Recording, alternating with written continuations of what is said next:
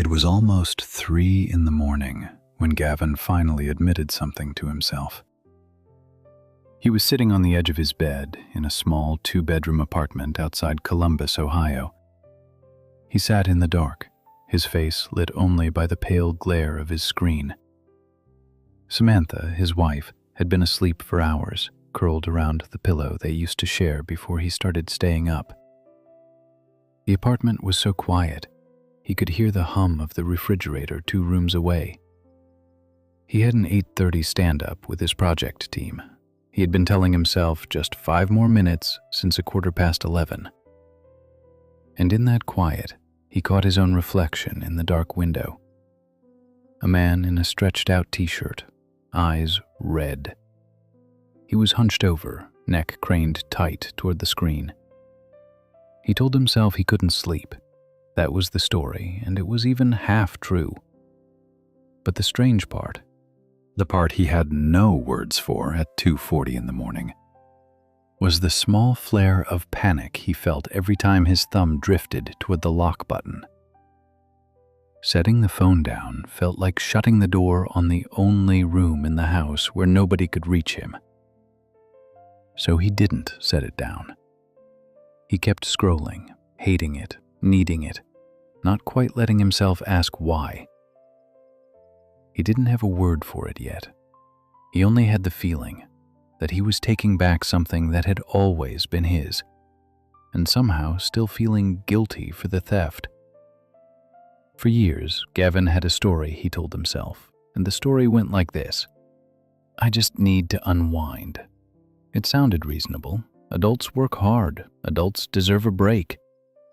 So, at the end of every day, he would crawl into bed, promise himself 20 minutes, and resurface around 2 with a sour mouth. He'd wake up feeling groggy and deeply guilty, like he had wasted something. It was an excuse, but it was the exact excuse that got him through the week.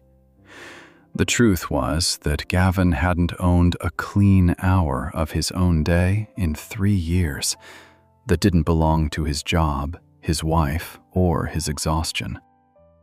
Not since he'd been promoted to senior project manager at a mid-size insurance company. The kind of job his father would have called steady. The kind of job that quietly eats your weekends. Here is what a Tuesday looked like. Alarm at 6:15. He hit snooze once, because of course he did. By 6:40, he was already behind. Coffee, packing his daughter Ellie's lunch, the lost light-up sneaker under the couch, the email he answered while brushing his teeth.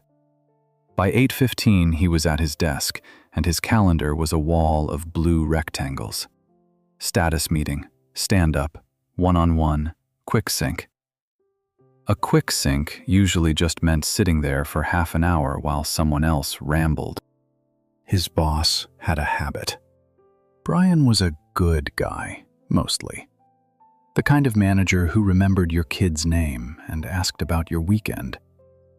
But Brian had a habit of saying things like, "Hey, when you get a sec," at 4:50 on a Friday.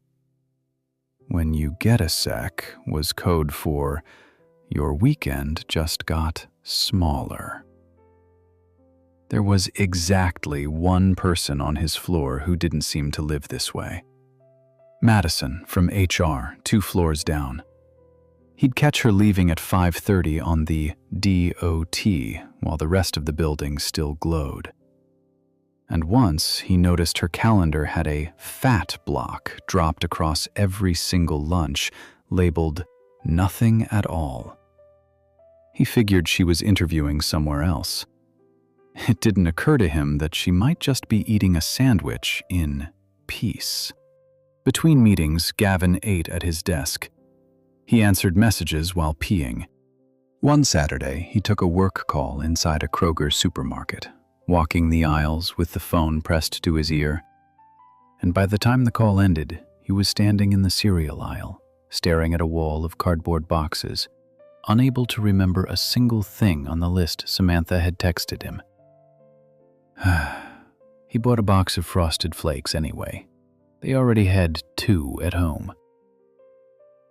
And some evenings, threaded through everything else, there was his mother, calling from Erie with a crisis that was never quite an emergency and never quite nothing. It was always something minor, a complaint about a neighbor, a confusing bill, or a doctor she ignored.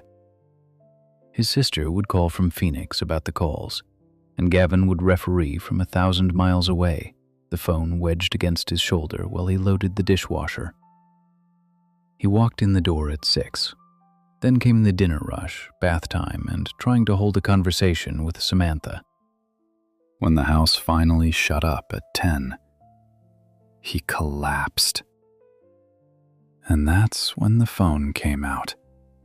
Because if he went to sleep at 10, the day was over. And the day had not, in any meaningful sense, contained him. The first crack came on a regular Wednesday at a regular checkup. The doctor was younger than Gavin, which was its own quiet insult. She wrapped the cuff around his arm, watched the numbers climb, and frowned at the screen. "How's your sleep?" she asked. "Fine," he said. She waited. 5, maybe 6 hours, he said eventually.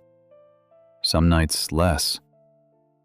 She nodded like he'd just confirmed the obvious. "Your blood pressure is creeping. Your resting heart rate is too high for a guy your age. You're not headed somewhere good, Gavin." She didn't say it cruelly. She said it the way you'd tell someone there's a small leak under the sink. Catch it now, or replace the floor later. On the way home, he stopped at a red light on Broad Street and noticed something strange. His heart did a sudden stutter step in his chest, a skipped beat, then a hard one to catch up, and a tight band drew across his ribs. It passed in a few seconds, but he sat there, foot on the brake, both hands flat on the wheel, and thought, "I'm 38, and I'm scared of my own pulse." That night, he went to bed at 11, determined. He'd stay up well past 1, falling down rabbit holes of random YouTube videos until his eyes burned. He ended up in the elevator with her, the woman with the blocked-off lunches, the next Monday. She'd been out for a few months earlier in the year. People in the office whispered about her burnout like it was contagious. When she came back, she looked different. Not younger, not happier exactly, just rested, in a way that felt almost rude. She held the elevator door for him with one hand and a paper cup of tea in the other. "Long weekend?" she asked, glancing at his face. He laughed without meaning to. "That obvious?"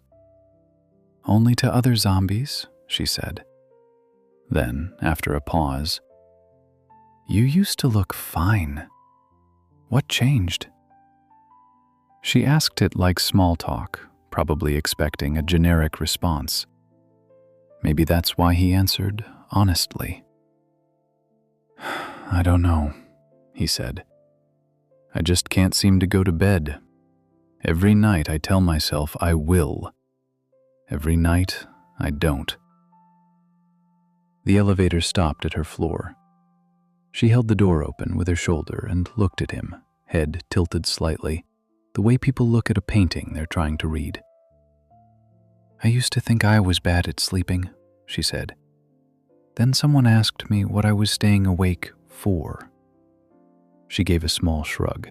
"I realized I stayed up just to have an hour where nobody needed anything from me." Then the doors closed, and she was gone. And he rode up 2 more floors with that sentence pinned to the inside of his skull like a thumbtack. "You're starving for yourself."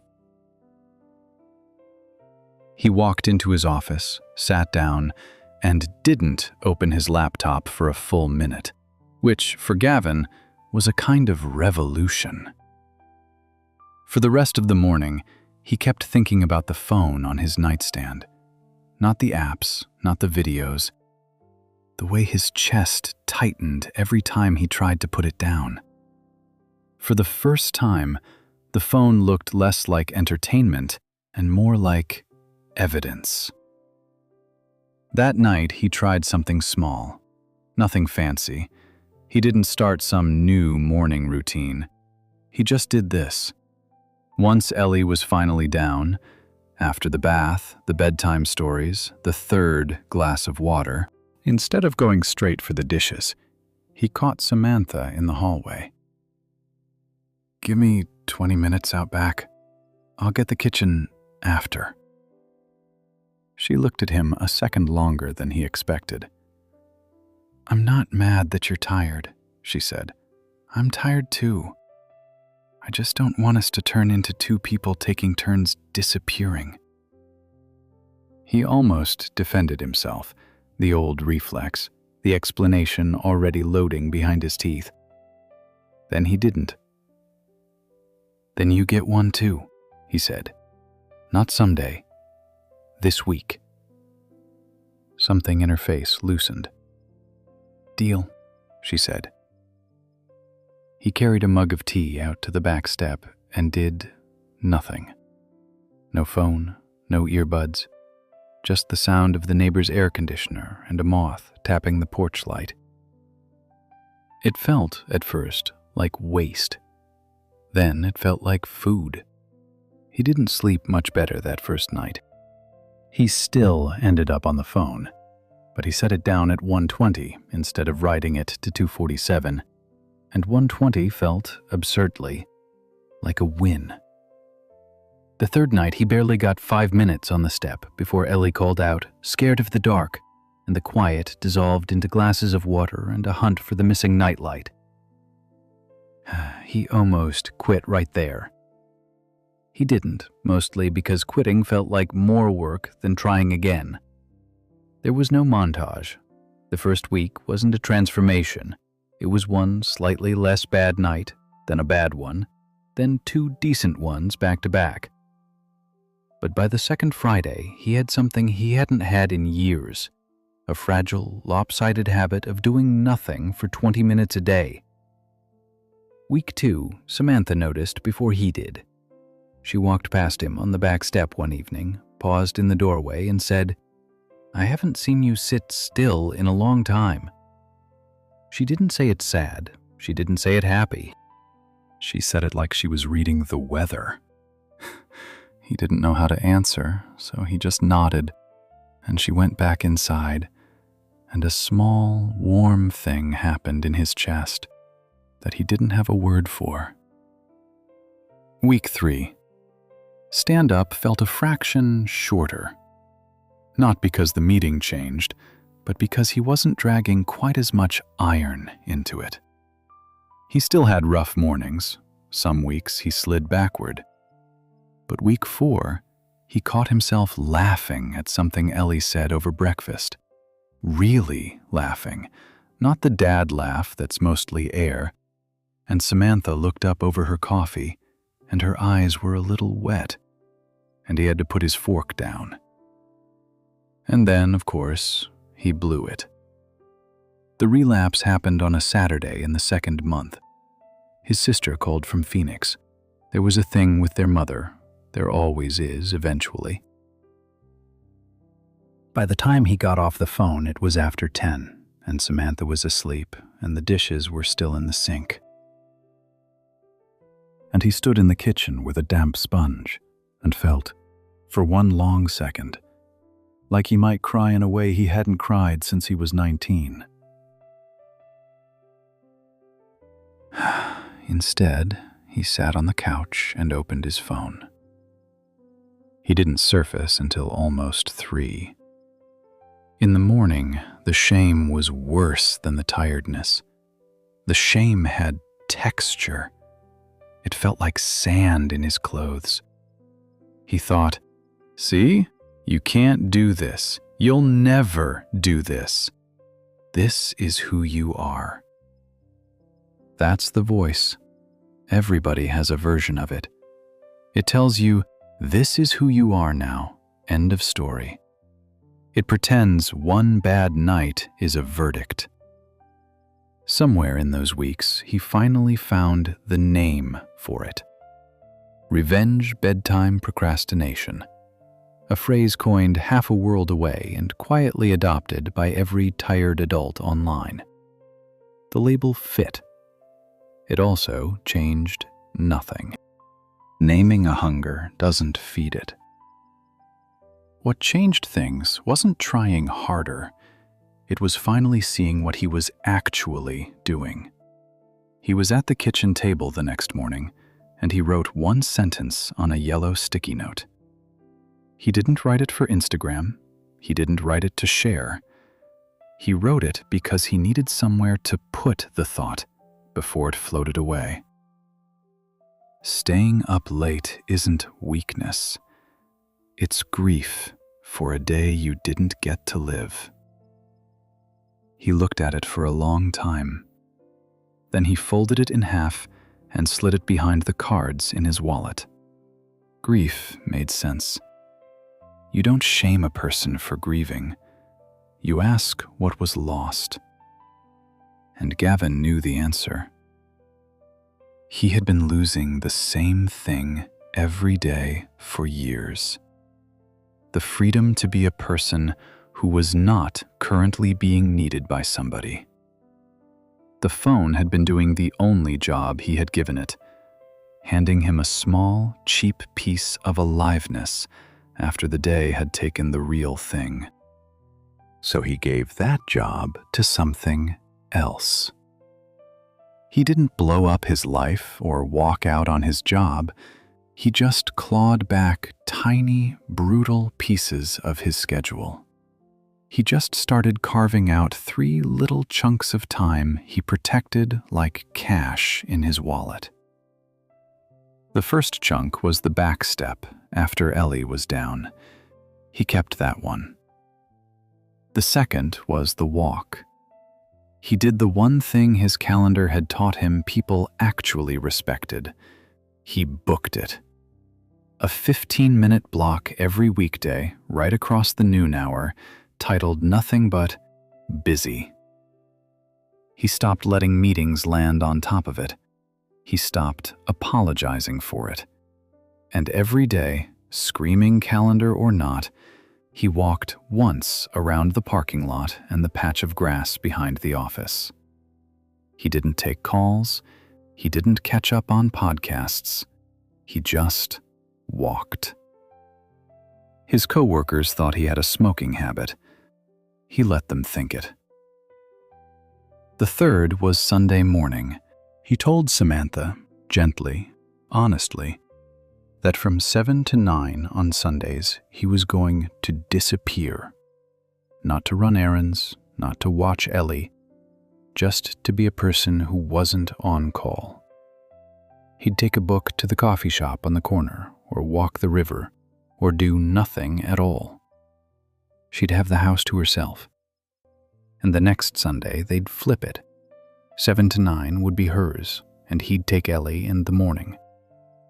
She looked at him for a long second. "Okay," she said, "but next Sunday is mine." And that ritual, more than any single chunk, was the thing that actually changed his marriage. It was a test in the 4th month, a Friday, 4:55, the exact witching hour Brian loved. "Hey, when you get a sec, could you pull the queue 3 numbers before Monday?" Gavin read it twice. His thumb hovered over the old reflex, the automatic yes that had eaten 3 years of weekends. Then he typed a sentence he'd never sent before. "I can have a clean version by 10:30 Monday." He set the phone face down. 3 dots. Then, needed before Monday's 9 a.m. call. His stomach tightened. The old pull to just cave and fix it tonight. His laptop was already on the kitchen table. He opened it before he even realized what he was doing. The screen lit up, and something in him sank. Then he closed it again. Instead, he wrote, If it has to be 9, I'll need to push the claims review to the afternoon. Your call. The dots came and went, and came again. 10:30 works, Brian wrote. Nobody clapped. It didn't feel like winning. But the weekend stayed his. The nights changed slowly. It wasn't an instant fix. He still wasted some nights staring at his screen, but the scrolling got shorter because there was less to grieve.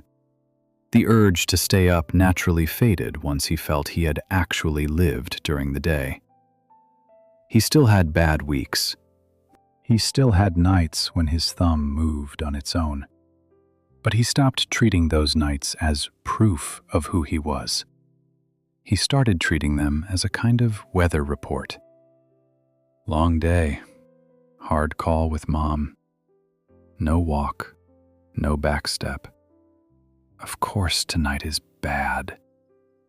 Then he'd put the phone face down, set the alarm, and try again the next day.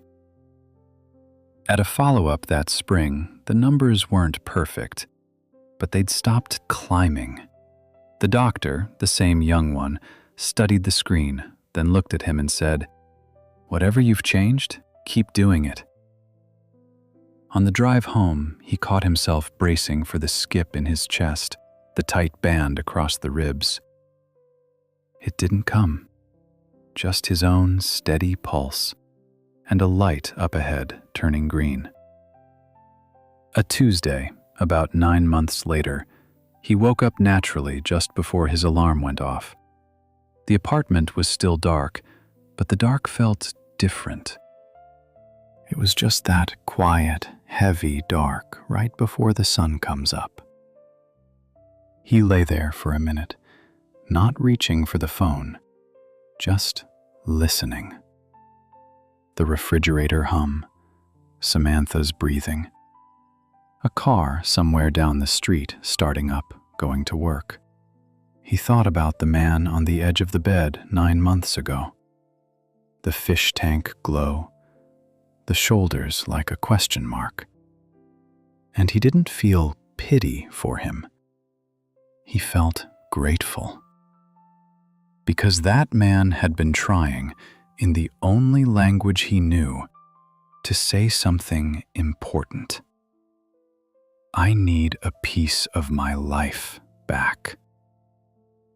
Gavin got up. He went to the kitchen. He put the kettle on. There were still dishes in the sink from the night before. One of Ellie's socks had been under the table for 2 days. His phone sat face down on the counter, and he could see the pale edge of a notification glow. 3 messages, maybe more. He felt the old twitch start in his hand. He let them sit. He slid his wallet from his back pocket and worked the note out from behind the cards. Folded soft now, the corners worn round, the ink gone faint. The one he'd written months ago. And he read it one more time, slowly, like it had been written by someone who knew him before he knew himself.